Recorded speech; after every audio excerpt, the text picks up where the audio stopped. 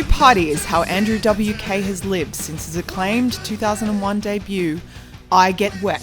His electric and ridiculous stage presence and party-hard anthems have delighted audiences worldwide ever since. Hi, I'm Christina. Welcome to The Void. We are here with the delightful Andrew WK. How are you today? I'm partying and happy to be here. It's good to party.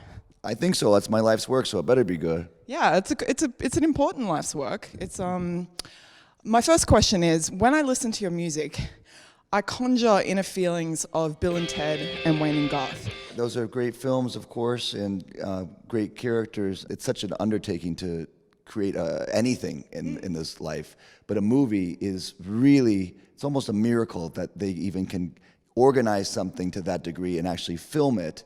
And then to have it be good or entertaining on top of that is a double miracle. Do you ever see, like when you're making music and like particularly with this record, do you see it in a cinematic sense when you're writing and stuff? Thank you for asking. I absolutely do. When I am making a song, I'm sort of in one way imagining what would it be like to see this at the concert, but also what's it like when a movie starts and that first, I don't know, even the distributor's logo goes on the screen and then the opening credits begin. And the fact that the listener has sort of given themselves over to you to present this offering, and they're giving you their attention. It's a very sacred opportunity, but I was very stirred by movies, whether they were movies that my mom would take me to, like E.T., or movies I saw kind of on my own and became fascinated with, like Close Encounters of the Third Kind, another great Steven Spielberg. He's a good example because he's specifically, I think, trying to work with that childlike sense of intensity. You've got that too. That's really interesting you bring that up, because that's what I really love about your music. Like, it has this really celebratory primal thing. Like, everyone knows how it is to feel happy and to party. Like, it's people do.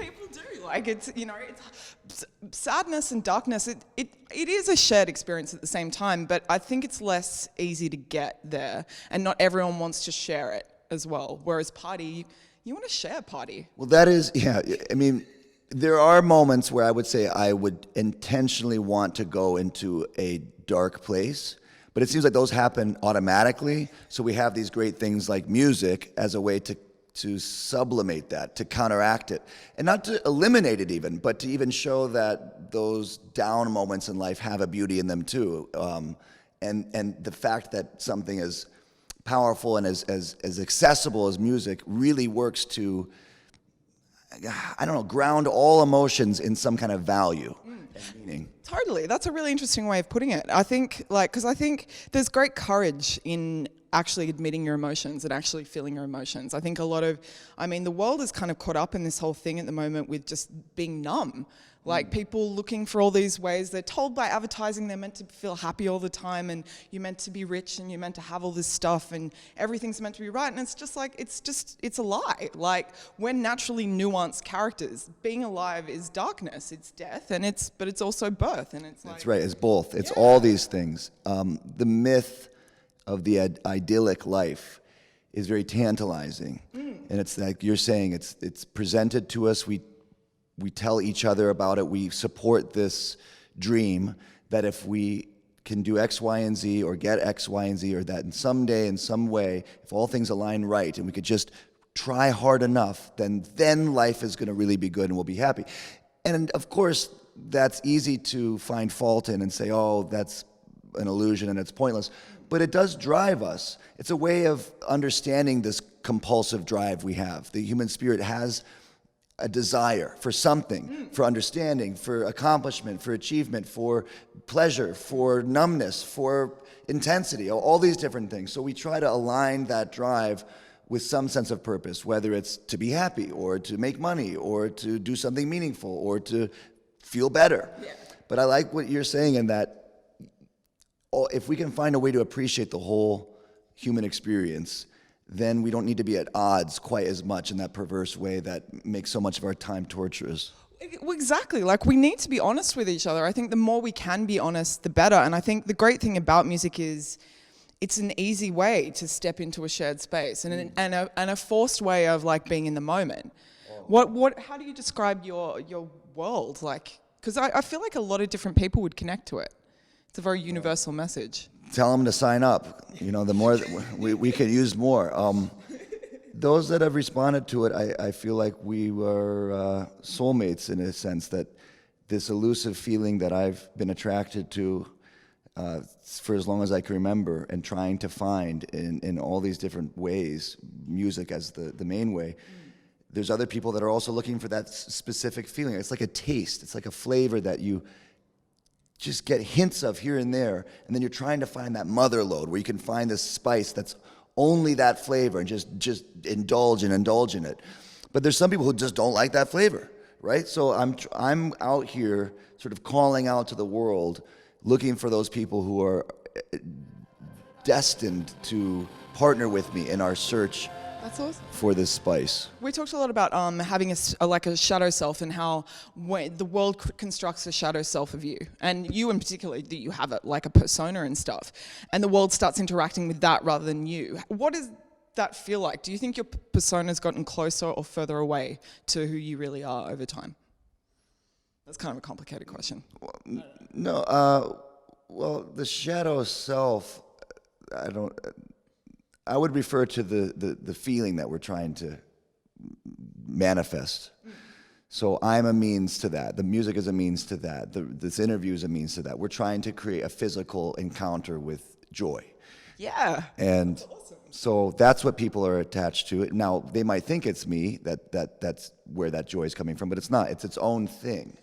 And it is the ultimate self. I would like to think that the true self that we all possess inside is that joy, this irrational excitement about just getting to exist.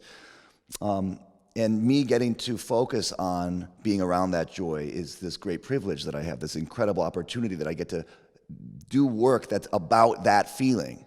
So Yeah. it's me at my best, really. So it's not getting closer or further from my real self. It's just trying to refine my real self to make it worthy of the joy that I get to be around. It's actually like about presence more than ego, like almost.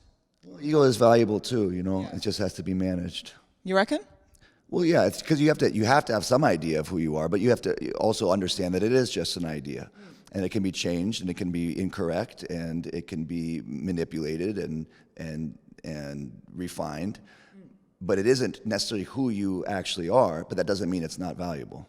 It's totally valuable. It's like, It gives you a sense of pride, it gives you a sense of self-worth, it gives you an identity at least to hold on to in some sense when you might otherwise have a very difficult time interacting with this world. But it should never be mistaken as the real thing. so what's your band like these days? Like, Best band ever. really? Well, I just can't believe that I get to work with people that believe in this as much as I do. Can you tell us about them? Sure. So after all those people that have come and gone, we have an amazing lineup. Amanda Lepre on guitar is just an incredible performer, but also someone, again, who just seems born to live this way. You know, it's almost as though playing the music is the easiest part, because there are plenty of people who are great musicians who wouldn't last one day around me, for example. You know, I can drive people crazy, and it's happened. I've lost great band members that way. But Amanda Lepre, Dave Pino on guitar right next to her is just an amazing man, you know, an amazing individual. The attitudes that the band members bring is like their work ethic, their poise, their respect that they have for what they get to do. It influences me. I learn so much from getting to work alongside these masters. Yeah, my friend has a theory that there's 2,851 people in the world of rock and roll, and they rotate. Someone dies and someone joins. Wow. And well, she's just like, they couldn't do anything else. Like, all art is a collaboration, and it is an alchemy of souls, and I think music has a strange relationship with that sometimes. Like, if it's a Quentin Tarantino film, he didn't hold the fucking camera. He didn't do it. He didn't set design it. It's like it's a community effort. Like, but I feel like you've like dealt with a bit of stuff over the years about that whole community element and what's behind the thing. And you know, how do you kind of feel looking back on that? Like, do you feel it was like, I don't know, I don't want to say like unfairly treated, but how's that sort of looking back on the people who've been behind creating this character and this art? changed? It's always been a team effort. The people that may seem to be behind are no more important than the people that are in front, because they're allowing it to exist too. The audience is just as much participant in this existing as anybody else. It is a team effort, and at its worst, that can feel frustrating and belittling, because there's moments when you want to say, I did all this, but you just know it's not true, and you have to find the humility and the strength to admit that, and then also to appreciate it. To appreciate you couldn't do it all by yourself. And whatever sort of hollow pride that you would get from that would be very fleeting and a lonely sort of pride. I've realized now that it could very well be that the greatest thing that I'll ever have gotten to do, or the greatest ambition that could ever be fulfilled through these efforts, was just that I got to spend meaningful time with people that I cared about and that cared about me and cared about this work. And that was it. And whatever we got or didn't get is just so secondary to having spent your life engaged in something that you care about with other people. Dude, that's super zen. You got to think about these things some way, you know? One final question. Who is the more profound cultural figure, My Little Pony or Hello Kitty? It seems that at this point, Sanrio and the Hello Kitty empire has a further reach. I mean, that's true. It seems like it's been accepted further, because I think it's a lower level of commitment in that it's not so much story based or character based. There are other characters, but it's very graphic. And very anonymous in that way. And those sorts of images tend to have a wider appeal. Thank you for joining us on The Void. Including me. Yeah. Have a fucking excellent show. Thank you.